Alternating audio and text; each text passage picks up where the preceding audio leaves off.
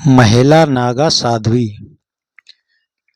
महिलाओं के लिए नागा साध्वी नागा सन्यासिनी बनना एक अत्यंत कठिन और कठोर प्रक्रिया है, जो भारतीय सनातन परंपरा और अखाड़ों की सख्त नियमावली के अनुसार होती है। पुरुषों की तरह महिलाओं के लिए भी यह मार्ग कठिन तपस्या, संन्यास और समाज से पूर्णतः विरक्ति की मांग करता है। एक नागा साध्वी बनने की प्रक्रिया। नागा साध्वी बनने की प्रक्रिया मुख्य रूप से 3 चरणों में होती है। नंबर 1, प्रवेश या दीक्षा। दीक्षित शिष्य बनना। इच्छुक महिला को पहले किसी मान्यता प्राप्त अखाड़े जैसे जूना, निरंजनी, महानिर्वाणी आदि से संपर्क करना पड़ता है। उसे गुरु या महंत के सानिध्य में रहकर कठोर अनुशासन का पालन करना पड़ता है। कुछ वर्षों तक ब्रह्मचर्य और सेवा का पालन करना आवश्यक होता है। नंबर 2, खिचड़ी दीक्षा। संन्यास की शुरुआत। जब गुरु उसे योग्य मानते हैं, तब उसे खिचड़ी दीक्षा दी जाती है। इस चरण में वह सामान्य वस्त्र धारण कर सकती है, लेकिन उसे कठोर साधना और सेवा करनी होती है। यह चरण 6 से 12 साल तक भी चल सकता है। नंबर 3, पूर्ण नागा दीक्षा यानी निर्वाण दीक्षा। यह सबसे कठिन और महत्वपूर्ण चरण होता है। दीक्षा के दौरान साध्वी को पूर्णतः वस्त्र त्याग कर दिगंबर अवस्था में आना पड़ता है। यह दीक्षा आमतौर पर कुंभ मेले के दौरान दी जाती है। इसके साथ ही उसे अग्नि स्नान, पंचाग्नि साधना, कठिन उपवास और अन्य कठोर तपस्याओं से गुजरना पड़ता है।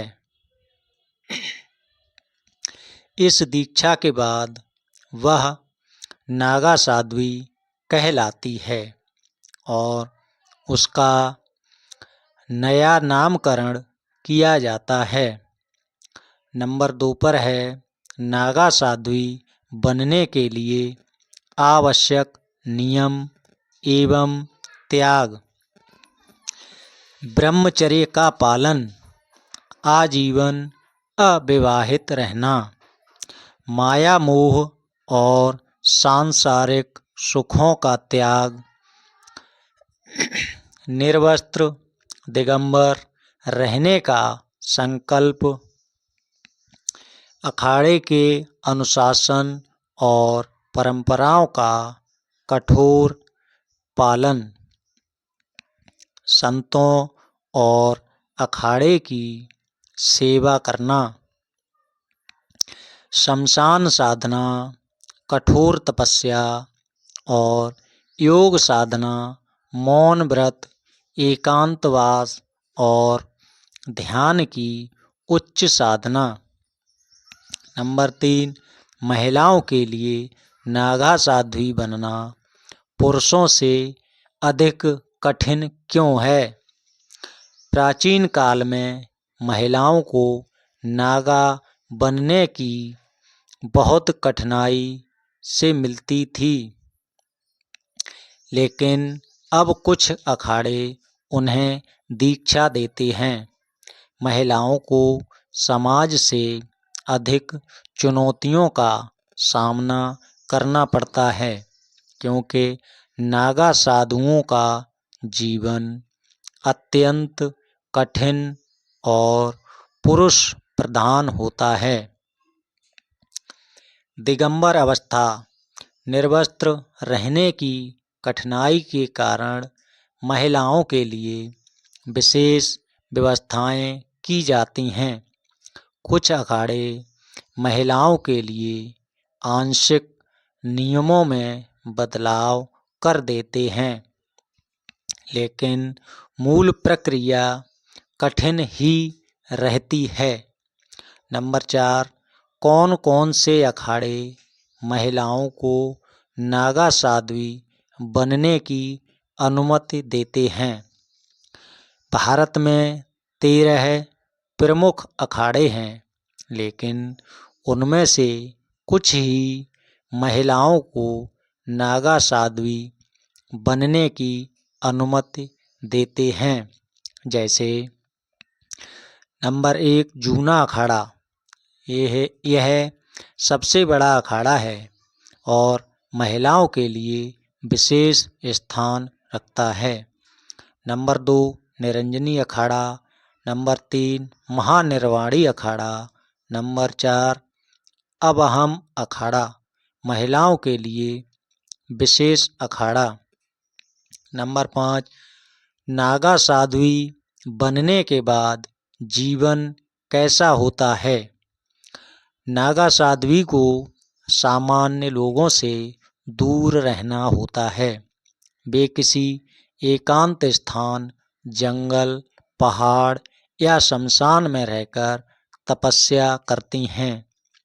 कोई भी सांसारिक वस्त्र या सुविधाएं नहीं होती।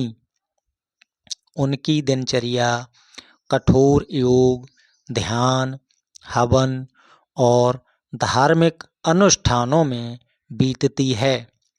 समाज से पूरी तरह अलग रहते हुए वे सिर्फ कुंभ मेले और विशेष आयोजनों में ही दिखाई देती हैं। निष्कर्ष, नागा साध्वी बनना एक अत्यंत कठिन और त्यागपूर्ण जीवन है।